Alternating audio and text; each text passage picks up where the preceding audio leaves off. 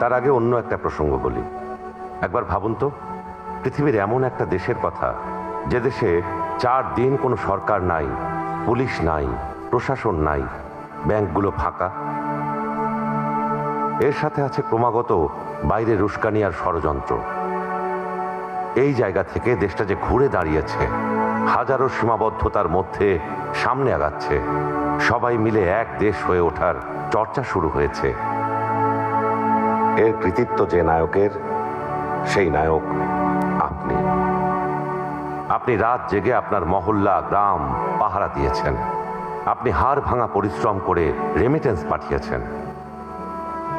আপনি ফসল ফলিয়েছেন, কলকারখানা চালু রেখেছেন। পড়শির ঈদ, পূজা, বড়দিনে হাসি মুখে পাশে থেকেছেন। এই যে আপনারা সবাই মিলে আমির জায়গায় লিখলেন আমরা, এই জাদুতেই আমরা ধ্বংসস্তূপ থেকে আজকের এই মাহেন্দ্রক্ষণে এসে দাঁড়িয়েছি। আমাদের পেছনে আছে রক্ত, গুমঘর, জমটুপির গন্ধ।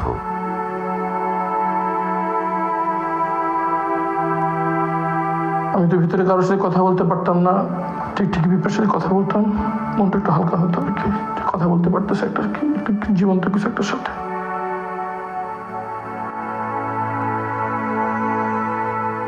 আমাদের শরীরটা আবরার ফাহাদের মতো নিথর হয়ে পড়েছিল বাংলাদেশের মানচিত্রে। পিলখানা থেকে মাত্র 300 গজ দূরে সকাল 10:30 থেকে সেনাবাহিনী অপারেশনের জন্য সম্পূর্ণ প্রস্তুত ছিল, অপেক্ষা করছিল একটি আদেশের জন্য, মুভ ফরওয়ার্ড। সে আদেশটি আর আসেনি।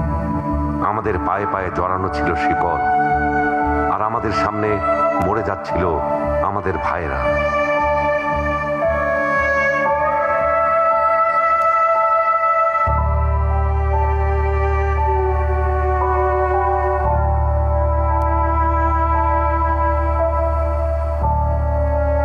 সন্তানের জন্য দুধ কিনতে গিয়ে গুম হয়ে যাচ্ছিল আমাদের ভাইরা।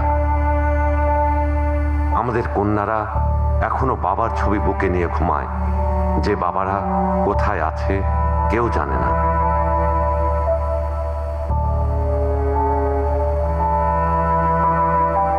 আমাদের বোনেরা সন্ধ্যার গম্ভীর নদীর বুকে গিয়ে ফিসফিস করে বলে, ও নদী, তোমার বুকে কি ফেলে গেছে ওরা আমার ভাইকে?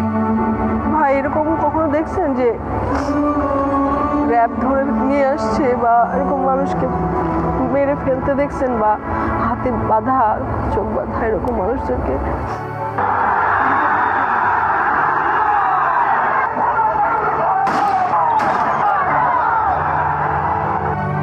1 জুলাইতে আমাদের ভাইদের, বোনদের পাখির মতো গুলি করে মেরে ফেলেছে ওরা। অথচ তারা হতে চেয়েছিল সকালবেলার পাখি। আমাদের ভাইয়েরা চিঠি লিখে কোথায় হারিয়ে গেছে। একদিন তো মরতেই হবে, তাই মৃত্যুর ভয় করে স্বার্থপরের মতো ঘরে বসে না থেকে গুলি খেয়ে বীরের মতো মৃত্যু অধিক শ্রেষ্ঠ। জীবনের প্রতিটি ভুলের জন্য ক্ষমা চাই। আনাস, আমার সন্তানের বুকে গুলি লাগছে, আর ছিদ্রটা হয়েছে আমার কলিজায়। আর আমাদের মায়েরা তাই আজও মাতম করছে ঘরে ঘরে। আমাদের বাবাদের চোখ আগুনের মতো হয়ে আছে, আমরা আজও তাকাতে পারিনি সেই চোখে। বাবা কান্দা ছেলের লাশ, যেই বাবা বহন করছে সেই।